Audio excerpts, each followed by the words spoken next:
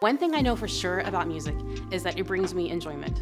It brings me a lot of internal satisfaction. Now, sometimes it can be frustrating, especially, when you're practicing and you can't get something quite right. But the end result of whatever you're working on, you become very proud of your effort.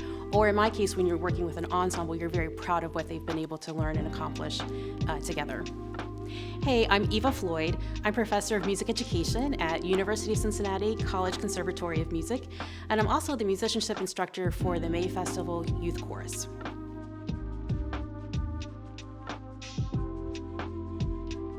So I started piano lessons when I was in second grade. I joined the band in fifth grade playing saxophone, so I was always involved in music as long as I can remember. And then when I was in high school, I had the opportunity to join the school chorus as well.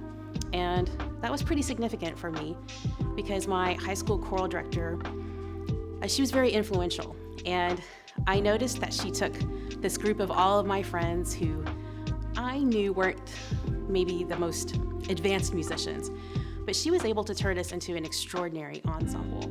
And that really inspired me. So from that point on, I decided I also wanted to be a choral director.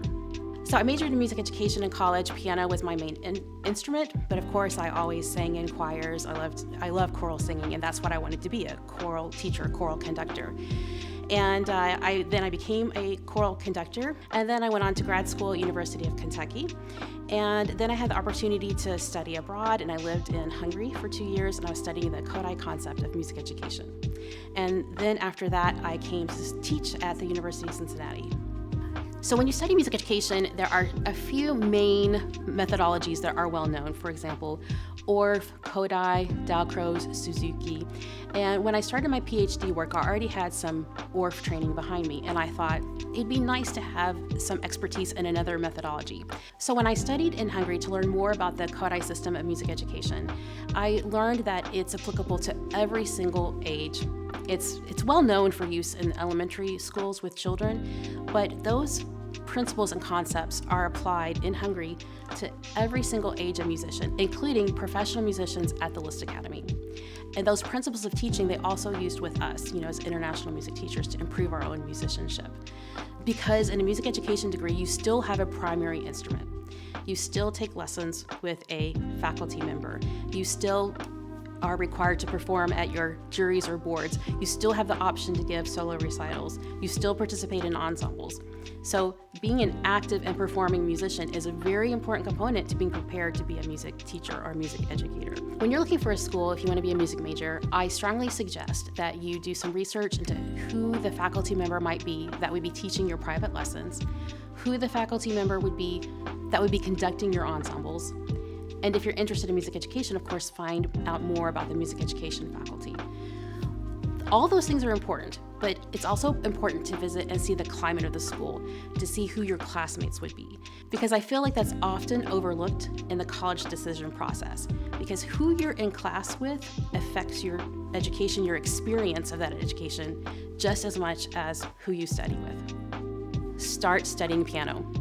No matter what your main focus concentration instrument is.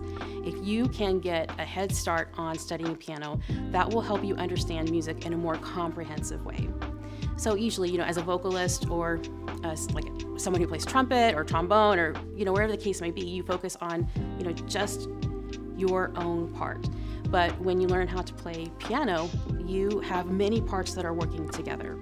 And I think that's really important to begin to understand the technicalities of music, and that will help you, especially in studying the music theory, which will be part of a music degree.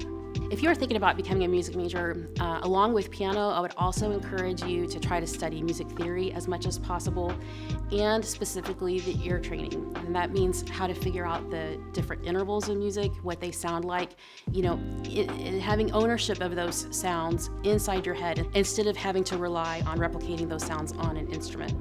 And so the skill of being able to hear things by ear and recognizing them by ear is very important and very much a step of understanding how it all works together in notation. It lets you be, independent. You have ownership of the sounds and the intervals and how they relate to each other in tonality. And that skill, or learning to play by ear, learning to sing by ear, that skill is as important as learning to read music, because you need both of those things to go together to be a comprehensive musician. My biggest tip for auditioning for a music major, whatever your instrument is to actually practice the audition. Meaning, set up a mock audition. It could be something very informal, maybe invite your friends to hang out with you after school and ask your music teacher to run a mock audition and prompt them to say things that you might expect to hear in an audition. Like, for example, go out of the room, come into the room, and beforehand ask your teacher or friend to say, hello, can you introduce yourself? Can you tell us what repertoire you've prepared for today? Or which piece of repertoire would you like to start with? And you should practice introducing yourself. You should practice saying the repertoire and saying the composer's name, and try that, like with your friends at school. Try that, at home with your parents, even though that might be awkward. Every time you get a chance to practice it, it will make you more confident for the audition. I think some good resources are to join as many ensembles as possible. Find some summer programs that are offered at the local universities, because oftentimes they are like intensive music experiences. They let you try out what it feels like or what the schedule might be as a music major.